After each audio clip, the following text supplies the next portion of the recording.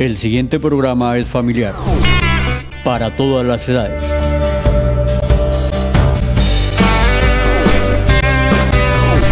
No contiene escenas de sexo ni violencia.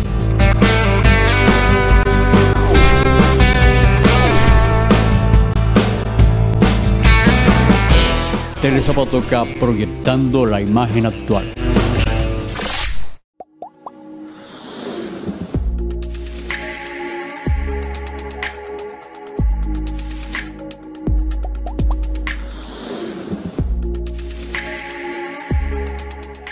Buenas noches. Vamos a continuar con el tema de María. Como dijo alguna vez, como dijo Fray Luis de León, después de salir de la cárcel en la que estuvo durante mucho tiempo, y a él lo cogieron preso, lo capturaron estando dictando una clase. Duró preso un buen tiempo, sale libre y regresó a la clase con los mismos alumnos. Y la primera frase que pronunció cuando llegó fue: decíamos ayer. Entonces, decíamos ayer, Custodio, ¿sí?, que Juan y María empezaron a tener una vida los dos, o sea, Juan cuidando a María por encargo de Jesús. ¿Qué pasó con ellos después de la muerte de Jesús? Sí, el papel de Juan en el proceso de la creación de la nueva iglesia es muy importante, porque parece que Jesús estaba dando unas instrucciones previas antes de su sacrificio, y Pedro, celoso siempre, él le dio instrucciones a todos, le dijo: usted va a hacer esto, usted va a hacer aquello, Mateo, Lucas, Marcos, y no mencionó a Juan. Entonces Pedro dice, ajá, ¿y este qué? Dijo: ¿y a usted qué le importa? Eso no es su problema. Si yo quiero que él esté aquí, hasta mi próxima venida, él estará aquí. De allí que se dice que uno de los inmortales es San Juan. Sí. Sería un inmortal sagrado frente a Herodias, la que pide la cabeza del Bautista. Sí, señor. Y la de Acevarus, el judío que empuja a Cristo cuando va al Gólgota y va cansado y le dice que le permita descansar un rato en el poyo de su puerta.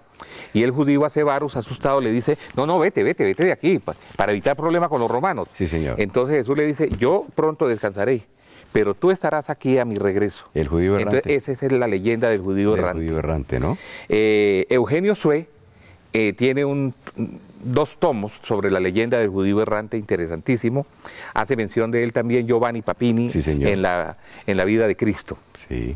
Lo cierto es que después del entierro de Jesús, Juan queda abatido junto a María, y Juan continúa con su labor, que hace una labor inmensa. De hijo. De hijo y de predicador, de llevar también, la ¿no? palabra de Jesús. Y se muda, él se va a Éfeso, él se va a Oriente y lleva consigo a María.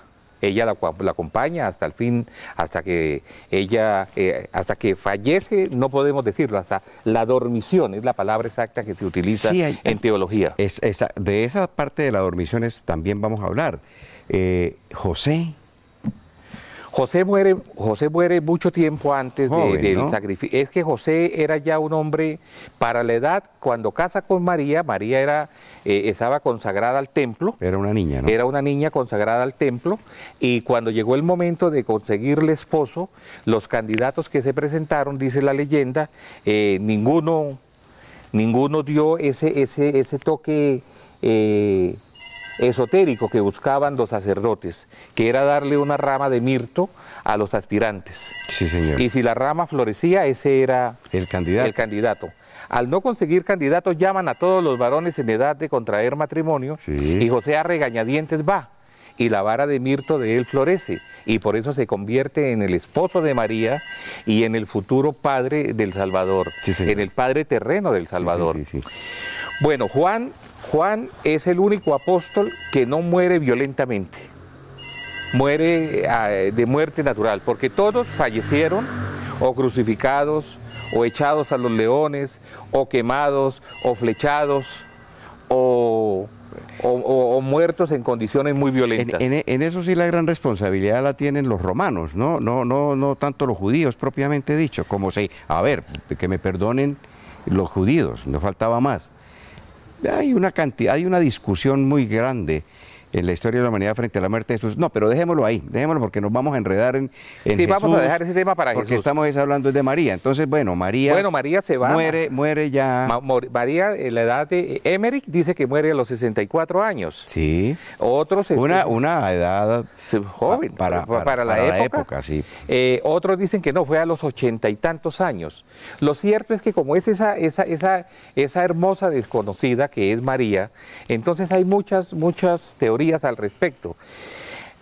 Cuando tú me preguntabas sobre el santuario de Loreto, es que hay la leyenda de que los ángeles, que la Virgen no se sentía cómoda en Loreto, allá donde ella estaba, y le manifestó a Juan que hay que mi casita, que como toda mujer, ¿no?, que tiene sus cachivaches, sus corotos, sus recuerdos, sus vivencias. Entonces los ángeles en una noche, y por Dios, ¿cómo no va a complacer uno a su madre, y más si tiene ese poder ilimitado del Creador? Los ángeles transportan la casa, piedra por piedra, madera por madera, viga por viga, corotico por corotico, alfombrita por alfombrita, y se la llevan y se la instalan en Loreto. Y es que para allá iba yo. O sí, sea, señor. La pregunta era concreta. Bueno, ¿qué tiene que ver María con lo que se conoce comúnmente como el santuario de Loreto? Sí, entonces repito, el santuario de Loreto era la casa de la Virgen, la casita muy humilde que ella tenía allá en Jerusalén. En Jerusalén. Y que es transportada por los ángeles hasta Loreto, donde ella vivía. Sí, señor. Existe la capilla. Otros dicen que la llevaron en un barco y la armaron pieza por pieza allí en Loreto. Lo cierto es que existe y Juan Pablo II la visitó. ¿Usted alguna fue a Loreto o no? Yo no he ido a Loreto, yo tengo la suerte de haber estado en el santuario de Fátima. Sí, señor. Pero Loreto no. A Loreto y estuve cerca, por cierto. Sí. A ver, al hablar de Loreto y la muerte de María, hábleme de la dormición de María. Sí, porque dormición. Sí, porque es que para el culto mariano, para los estudiosos de los temas teológicos, María no muere, María se duerme en un sueño profundo y Jesús, de acuerdo a la tradición y la leyenda, viene personalmente a buscar a su madre o la espera a la entrada del cielo para que se siente a su diestra. Esa es la dormición de María. Esa es la dormición de María. Nosotros hablamos cuando rezamos el rosario, hablamos de la ascensión de Cristo en cuerpo y alma a los cielos, y hablamos de la asunción de María. ¿Sería esa? ¿Es la misma? ¿O hay diferencia? No, hay una diferencia. A ver, la dormición. Sí, y la asunción tiene más que ver, si no me equivoco, con el momento en que el arcángel le dice: bienaventurada eres entre las mujeres y serás la madre del Salvador. Pero eso fue antes. Por supuesto, eso es asunción, eso no es ascensión. Sí, no, la ascensión es la de Cristo. Claro. Aunque la Virgen María también va... Asunción es como de asumir, hay una discusión etimológica que no viene al caso. Por supuesto. Muy bien, entonces hablamos de Loreto, hablamos de la dormición de María. Usted habló de Juan Pablo II, es tal vez uno de los papas caracterizadamente marianos. Sí, cómo no. Hablemos de papas marianos. Juan XXIII, Juan Pablo II, todos en los altares se tomaron muy a pecho la devoción a María, y tan a pecho que impulsaron muchísimo el rezo, la práctica del rosario, y del rosario en familia. Juan Pablo II incluso crea un nuevo rosario, un nuevo misterio. unos nuevos misterios. Sí, los luminosos. Los luminosos. Entonces, sí, señor. Era un hombre de rosario y de rosario. Sí, señor. Y usted, cuando usted visita Roma, la ciudad eterna, es muy común ver a casi todos los sacerdotes con el rosario en la mano. Sí, señor. Van abstraídos en sus pensamientos, y las monjas, y están en esa constante práctica del rosario, sí, que es tan beneficioso, que es tan importante. Sí, en uno de los misterios de Fátima dice: conságrenme en Rusia. Sí. Conságrenme en Rusia, porque si no me consagran Rusia, esta guerra que estamos viviendo se va a demorar en terminarse y vendrá una mucho más dura. Eso fue durante la Primera Guerra Mundial. Sí, señor. Nunca le consagraron Rusia a la Virgen María. Pero Colombia sí ha estado consagrada en muchas oportunidades. Pues, usted habló de dos papas, habló de Juan Pablo II, habló de Juan 23, que fue el papa que cuando nosotros éramos niños, pues era el papa que en la iglesia mencionaban. Sí, ¿cómo no? ¿Cómo Porque no? siempre se menciona al papa o al Por obispo. supuesto, por supuesto. Fue el papa Juan 23. Sí. Juan 23, un papa formidable, excelente. Como éramos niños, aprendimos, conocimos todas las historias de la vida de Juan, Sí, de supuesto, Juan 23. Por supuesto. Juan 23, antes de Juan 23 estuvo Pío XII. Pío XII no tenía alguna... También era un hombre mariano, también fue un papa mariano, y él llegó a decir en una oportunidad, que Colombia era el jardín de María. ¿Por qué? Porque es que aquí tenemos muchísimas devociones marianas. Muchas. ¿Cuántas iglesias hay en Zapatoca? No, pues, o sea, capillas. Capillas. Católicas, ¿no? Católicas, por Ah, no, supuesto. a ver si se las menciono. Está la iglesia de San Joaquín, está Santa Bárbara, el Colegio de las Belemitas, en el Salesiano está María Auxiliadora, en el hospital también hay una capilla. Aquí en la Casa de Ejercicios tenemos una capilla. Y en todas las capillas, por supuesto, mire, tenemos la imagen de María. En todas las casas nuestras, los que somos católicos, tenemos la imagen de María y portamos el rosario y rezamos el rosario. Y le decimos a las personas que nos están viendo y escuchando que sí es cierto, que donde se reza el rosario nunca falta lo necesario. Eso es cierto. Se mantiene la familia que reza unida, se mantiene unida. Se mantiene unida. Estábamos hablando de María, de los papas marianos. Antes de continuar, quiero invitarlos a unos mensajes institucionales.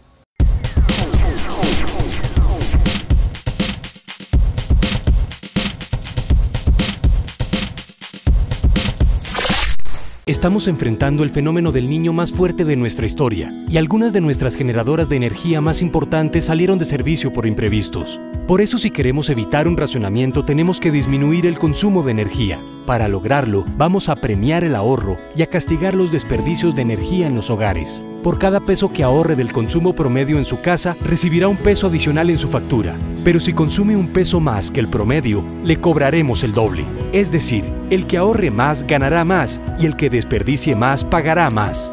A los grandes consumidores, empresas, vamos a darles un incentivo para que generen su propia energía y sustituyan la que le compran a la red. Evitar un racionamiento de energía depende de todos. Apagar paga. Continuamos.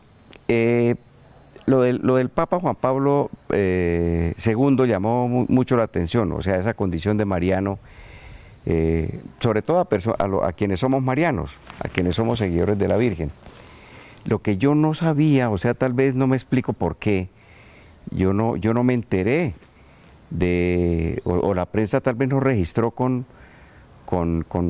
el aspaviento de otros acontecimientos, la visita de Juan Pablo II a Fátima. A Fátima para colocar la bala. Sí, fue muy publicitado la visita de Juan Pablo II, incluso allí en Fátima, en el patio principal desde donde algunos de los peregrinos hacen el trayecto en rodillas hasta arriba, hasta donde está... ¿A Fátima sí fue usted? Sí estuve en Fátima, sí, gracias a Dios estuve allí. Hay una estatua de Juan Pablo II monumental, inmensa. Sí. Y es que él corona a la Virgen de Fátima, y dentro de la corona que él lleva, como decíamos, va una de las balas 9 milímetros con las que Gueca trató de quitarle la vida. Sí, señor. Bueno, vamos a tocar, hay un tema que es como delicado, que por los celos que se despiertan, a veces yo no me explico por qué se raya como en el odio, en los señalamientos entre los hermanos cristianos no católicos. ¿Ellos desconocen a la Virgen? No, los hermanos apartados, como se denomina, los denomina el Código de Derecho Canónico y como lo denomina la Iglesia Católica, Apostólica y Romana, se basan en el capítulo 26 del Levítico, donde dice: no te harás imágenes ni te postrarás a ellas. Entonces, el Levítico es un libro de prohibiciones para quien busque la salvación eterna.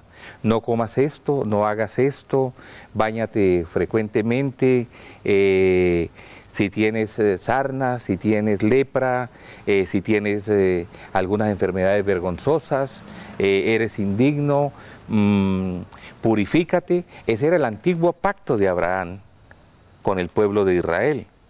Pero con la venida de Jesús, acuérdese que Jesús establece un nuevo pacto con los hombres. No es que todo aquello se vaya a dejar atrás, pero ya hay que revisarlo con otro rasero.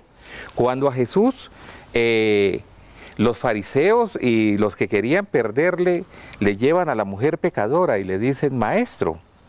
Por cierto que él dicen los evangelios que estaba escribiendo unas cositas allí en la arena, jugando vieja, haciendo alguna cosita allí en la arena, y le dicen, sorprendimos a esta fulana en actividades deshonrosas y la ley de Abraham nos manda apedrear a las tales. Sí. ¿Tú qué dices, maestro?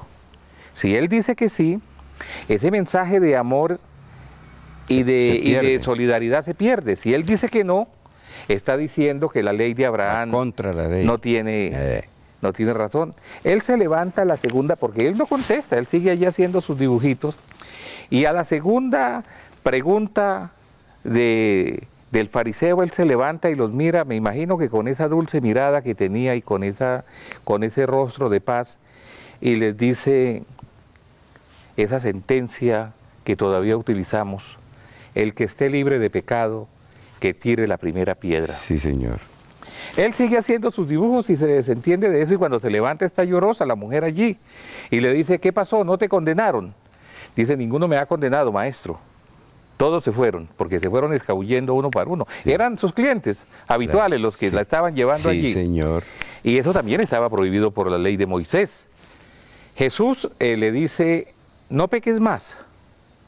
Tu único pecado es que has amado demasiado. Ve con Dios. No me diga.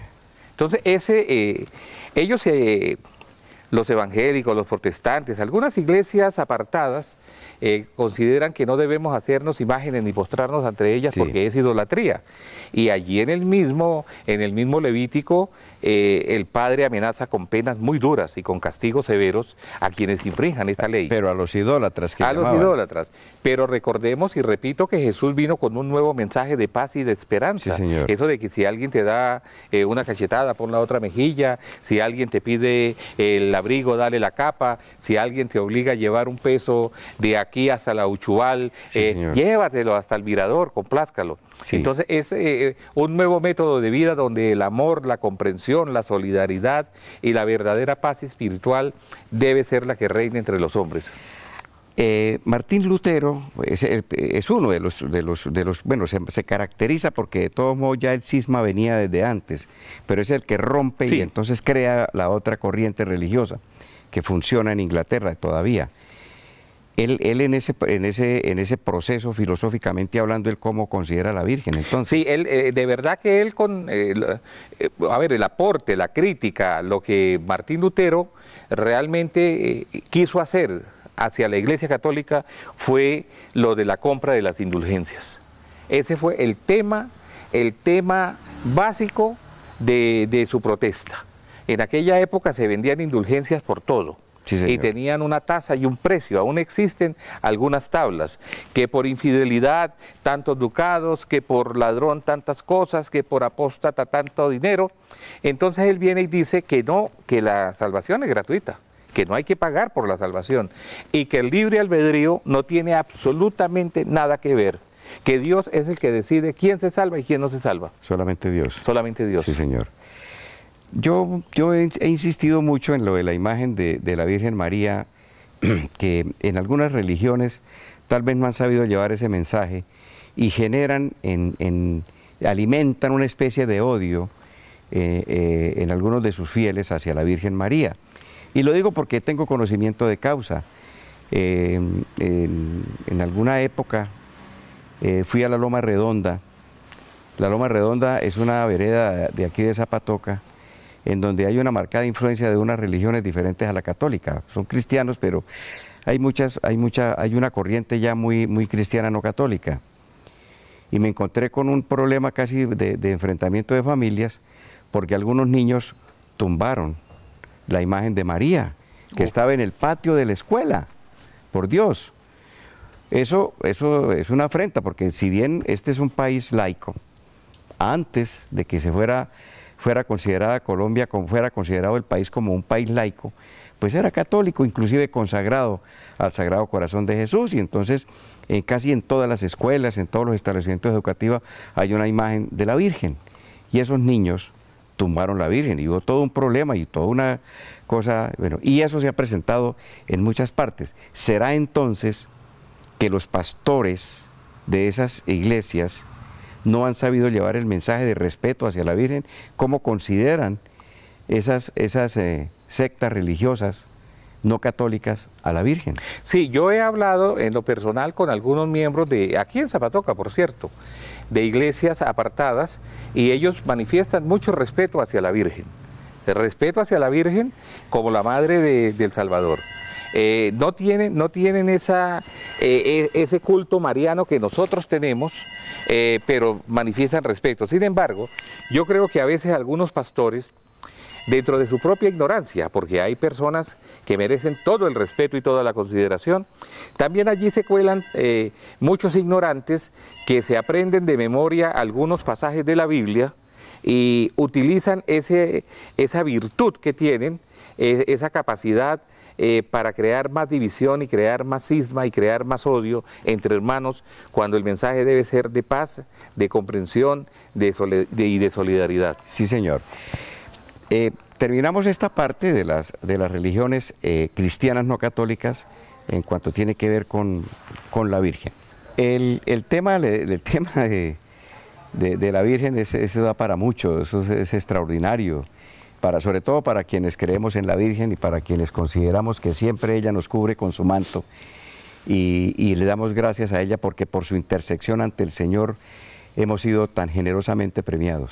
Yo le doy gracias eternamente a Dios por haberme puesto en este pueblo donde conocí personas como el padre Eduardo Rodríguez, que me llevó a descubrir a María, a la verdadera María. Lo decíamos, hablábamos de las, y soy repetitivo en eso y hasta cansón, en que en algunas religiones, si les llamo la atención con mucho respeto, agreden a María, la han agredido. Es probable que filosóficamente hablando eso no se les enseñe, pero lo han hecho. ¿Cómo tratan, Custodio, otras religiones? Digamos el judaísmo, otras religiones. ¿Cómo tratan a María?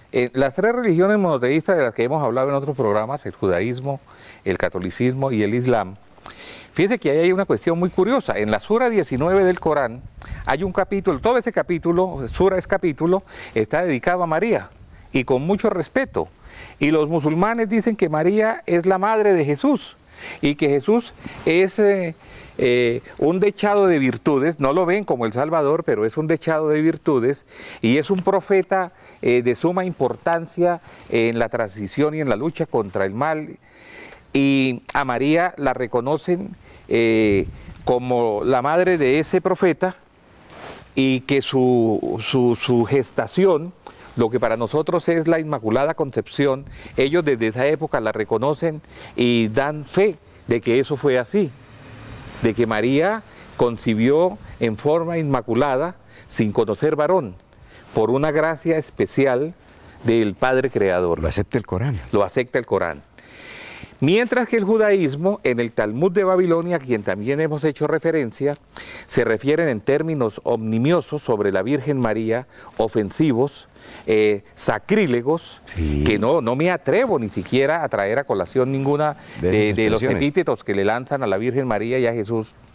Y es de tal gravedad que el Talmud prohíbe a los no judíos leerlo bajo pena de muerte. ¿A los no judíos? A los no judíos. Y en el Talmud, amén de que se encuentran esas groserías, esas bajezas hacia la Virgen María, se consiguen una serie de cosas que uno dice, pero por Dios, este pueblo, esta gente, ¿cuál es el concepto que tiene de lo justo, de lo equitativo, de la ley?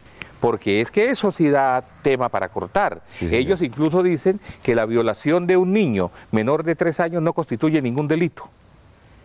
Y así muchas otras barbaridades que no es el caso y el tema de este programa que estamos realizando en el día de hoy. Para los que acaban de llegar, que llegaron tarde, que después podrán ver el programa, recuérdeles, ¿quiénes son los que piensan de esa manera de la Virgen? Sí, el pueblo judío a través del Talmud de Babilonia, que es el conjunto de enseñanzas que ellos tienen y por donde se basan, además de la Torá, que son los 5 libros del Antiguo Testamento, ellos, su opinión sobre la Virgen es una opinión baja, una inmoral y que ofende la dignidad del cristiano. Sí, por Dios. Y a ver, ¿cuáles son los orígenes? Porque eso sería bueno citarlo dentro de un gran contexto. ¿Sí? ¿Por qué llegan ellos a esa calificación? Sí, acuérdense que Jesús les parte la historia en 2. A ellos, ¿no? Y se les a los judíos. A los judíos. Y Jesús se les lleva a sus filas a un número importantísimo de fieles del judaísmo. Sí, sí. Jesús ataca la manera como el judaísmo de la época hacía negocios en el templo, cómo habían convertido la casa de Dios en un templo de ladrones, cómo los judíos hacían negocios, cómo eran impíos. Pero lo siguen haciendo. Y por eso el judaísmo o las autoridades judías de la época se confabulan con los romanos, sí, para juzgar en un juicio ilegal desde todo punto de vista y condenar a Jesucristo a la pena de muerte. Bueno, como son los judíos, pues, respetando las posiciones y su pensamiento, ellos han sido, digamos, yo no sé cuál sería el calificativo y no se trata de eso, pero no han tenido el valor de reconocer que ellos indujeron la muerte de Cristo, porque cuando se han presentado documentos, cuando se han hecho películas en donde se señala a los judíos como los directamente responsables de la muerte de Jesús, ellos dicen que no, que fueron los romanos. Sí, pero los romanos tuvieron una manifestación los romanos con pilotos. Dictaron sentencia, pero ejecutaron los judíos. Sí, señor. Porque el brazo secular era judío. Y si usted recordará, no sé si usted lo recuerda, y no estoy haciendo ninguna infidencia ni estoy revelando ningún secreto de la Iglesia Católica, pero dentro de las ceremonias religiosas había una parte donde se pedía por la humanidad, incluso por los impíos judíos. ¿Se pedía por ellos? Pues se pedía por ellos, impíos judíos. Y algunos dicen que la Iglesia miró a otro lado durante el Holocausto porque sencillamente se estaba haciendo justicia de los asesinos de Cristo, cosa que tampoco es así. No, y pues no debió ser así, jamás. Eso ya es el otro extremo. Aunque bueno, pues no se trata, ese es otro tema que, pero abordarlo sí requiere mucha cirugía, mucha filigrana, por supuesto, y mucho bisturí, porque de todos modos se hieren susceptibilidades. Estamos en Zapatoca, en un pueblo en donde se considera por parte de algunos apellidos, de algunas familias, que esto fue poblado por judíos sefarditas. ¿Cierto? No, pero es que nos estamos saliendo de la Virgen María. Sigamos con la Virgen María. Ese es otro tema. No, es que son muchos los temas. Alrededor de María surgen muchos temas importantes. Entonces, en el Corán respetan a María, le dan valor a María. Hay un capítulo, una sura, la 19, dedicada íntegramente a María. Bueno, en el judaísmo no. En el judaísmo no, en el judaísmo sí. Bueno, hay otra religión monoteísta, son básicamente las tres. Las tres religiones. Ahora, hay unos pensadores, ya hablando filosóficamente, como Confucio. Dentro de lo que usted ha podido leer de Confucio, ¿él toca ese tema? ¿O no, porque es que Confucio es muy antiguo, sí, muy anterior pero por Dios, al año cero. Háganme el favor y me disculpan, háganme el favor y me perdonan. No, pero es que eso es lo que le pone la alegría y le pone lo curioso a esto, porque si fuéramos perfectos, no tendría sentido. No, echarnos una cachada de vez en cuando. Como dijo Clemente Toscano Jaimes, perdóneme, custodio, que eso es pensando pensamientos. Sí, de verdad que sí. Bueno, María, el tema de María da para muchas cosas, da para mucho. Los vestidos de María. Sí, de eso se habla muchísimo. Incluso la Beata Emmerich los detalla con precisión. El vestido con el que se casó, el vestido de diario, especialmente el de bodas, que dice que era un vestido, un hermoso vestido blanco, y da hasta detalle de todo, ¿cómo se dice? De todas las piezas que integraron, Sí, interiores y exteriores de ese hermoso vestido, y hay algunas iglesias incluso que conservan pequeños trozos del vestido como una de sus más preciadas reliquias. Sí, las hay de diferentes, o sea, la de los Dolores, ¿Sí? sí, la María Auxiliadora, Claro. son claro. vestidos. Ah, pero ya, perdón, yo creí que usted se refería a los vestidos de María. Físicos. Vamos a hablar de la vestimenta de, las advocaciones. Hablamos sí, claro, de las vestimentas. Bueno, claro. eso es una riqueza.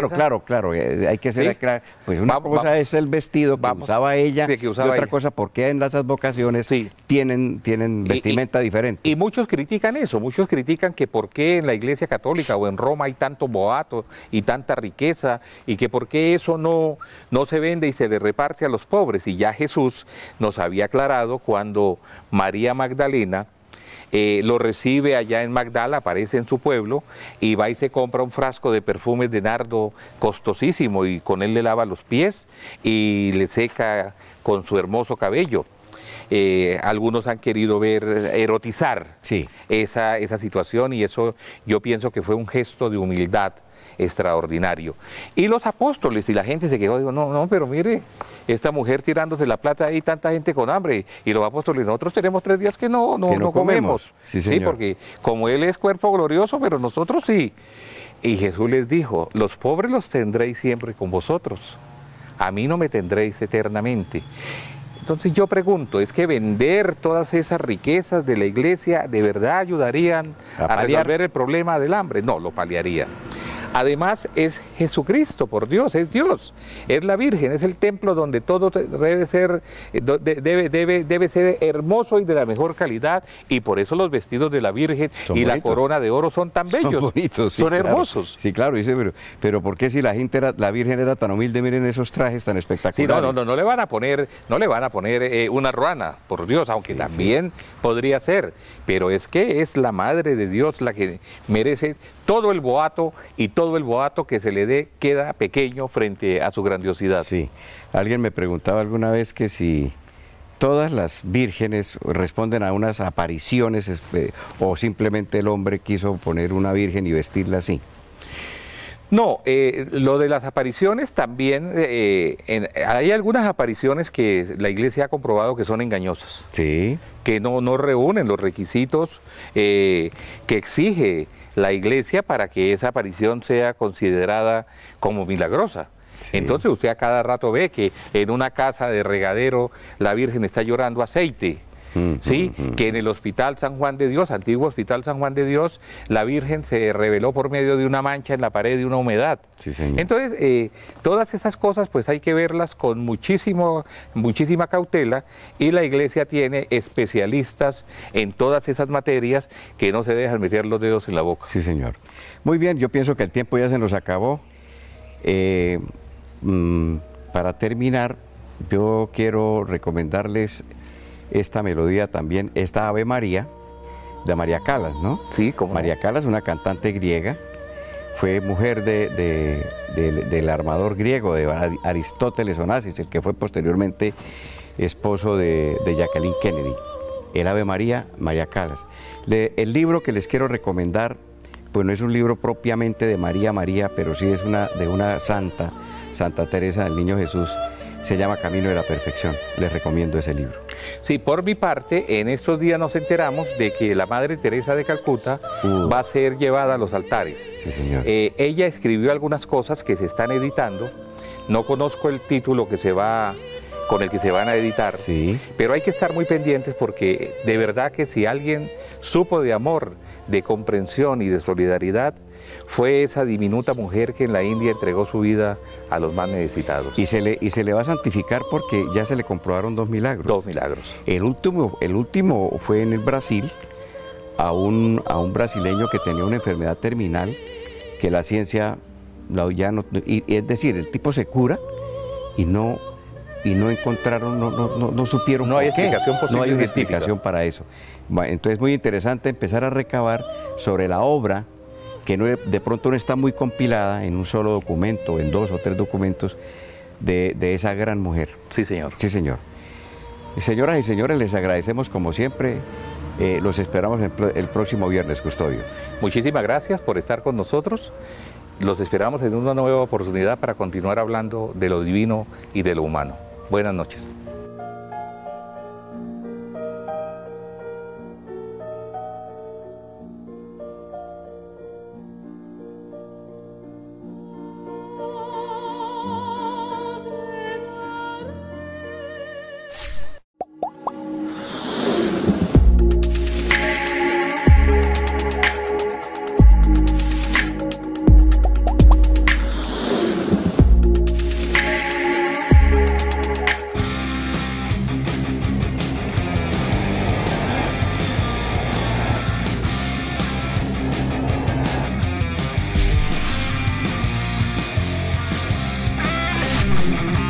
Telezapatoca, proyectando la imagen actual.